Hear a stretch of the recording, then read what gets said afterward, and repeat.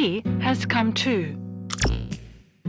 Excellent sound design, and especially soundtracks, is as crucial to any form of visual entertainment as the things that we actually see. When used smartly and composed right, it can enhance significant moments of a scene, like during a big fight,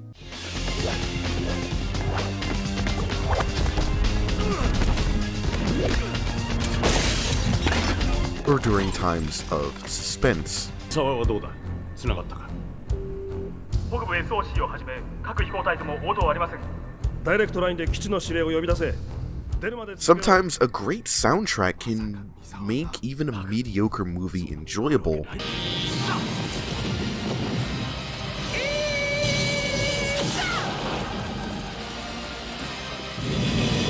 And some movies have shown that silence can be just as impactful. You can look at it when you get in. Yes, sir. I got it under control.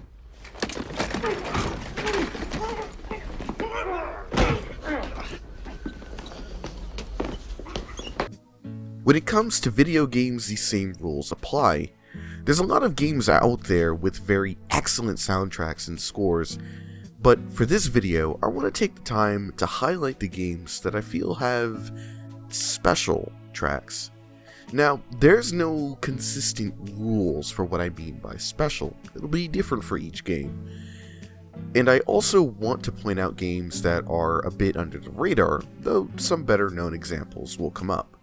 So, with that out of the way, let's get on with the rest of the video.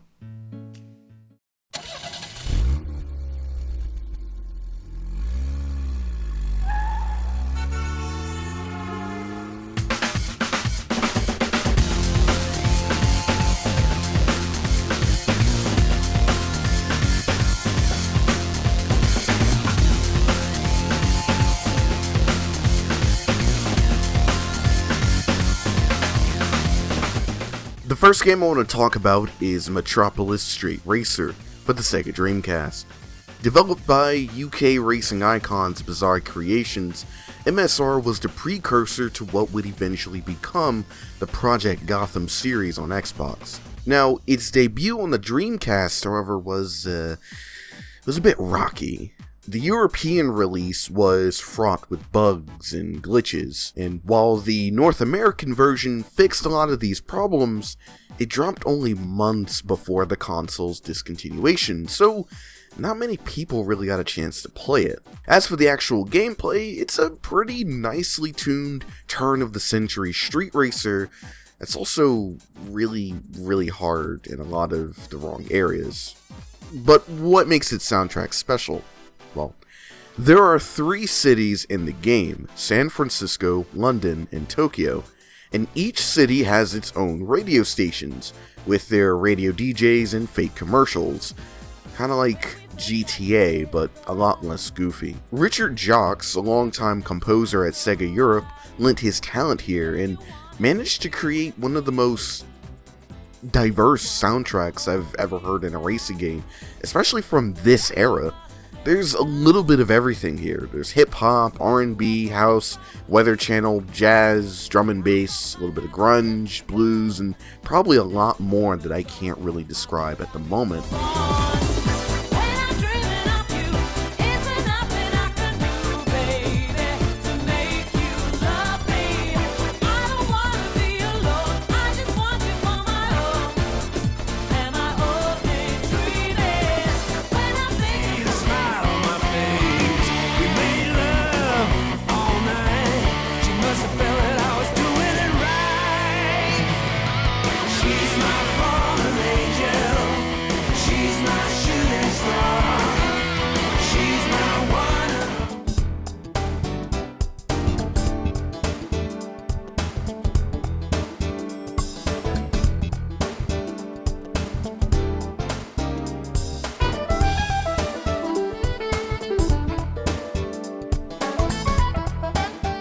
In comparison, a lot of racing games from that year, which would be 2000, had very consistent soundtracks.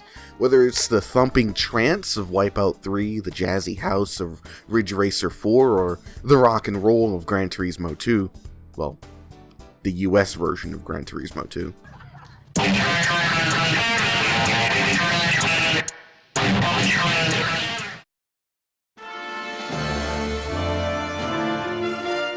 Like any popular cartoon series, the iconic adventures of Batman and Robin had a video game adaptation.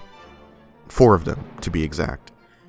But the one I want to focus on today is the Sega Genesis version, which was published by Sega and developed by Clockwork Tortoise, a development studio I can't really find a lot of information on and seems to have only ever made this. Anyhow, this game is very visually impressive and really pushes the Sega Genesis to its absolute limit. But like MSR, it's way too hard to really enjoy it. But what does it sound like? Well, if you've seen the cartoon, you'd probably have some idea, but I'll tell you right now that whatever you're thinking, it's wrong.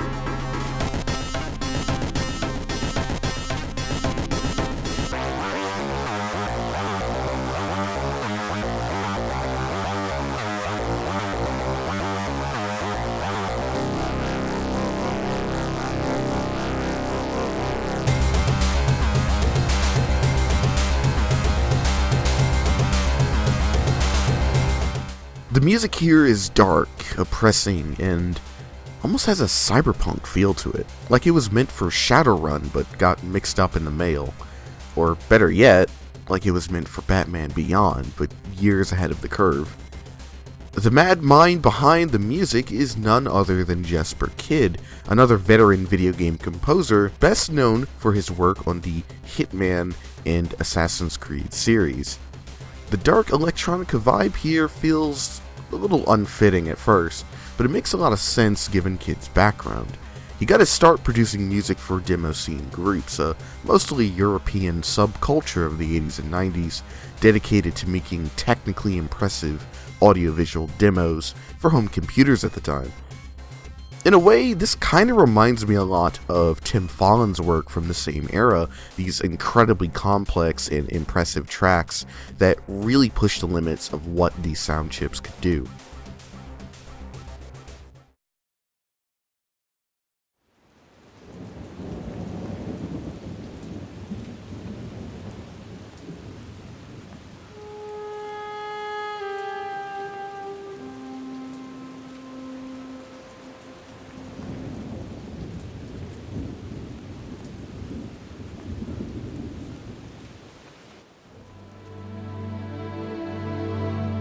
Halo 3 ODST got something of a bad rep when it first released in 2009. A lot of this was due to its high price tag relative to the kind of game that it was being marketed as. But despite that, it's my favorite entry in the Halo series, and definitely very, very high up in my top favorite FPSs of all time. Now, I could go on all day on my own thoughts of the game and how I think its concept should be emulated more by other series, but for the subject of this video, I'll keep it simple and focus my attention on the score. The music of the previous Halo games were very heroic and bombastic, in line with the Hollywood blockbuster tone that the games were shooting for. But ODST shifts the focus away from the grand adventures of Master Chief, Cortana, Keyes, and Johnson to the much less extraordinary, but still just as important, Helljumper squad. Buck, Romeo, Dare, Mickey, Dutch, and our lead, Rookie. While there are moments of big action, mostly told through flashback sequences, much of the game is spent exploring the abandoned streets of New Mombasa, all alone in the rainy night. And it's really during these moments of the game where the score truly shines through.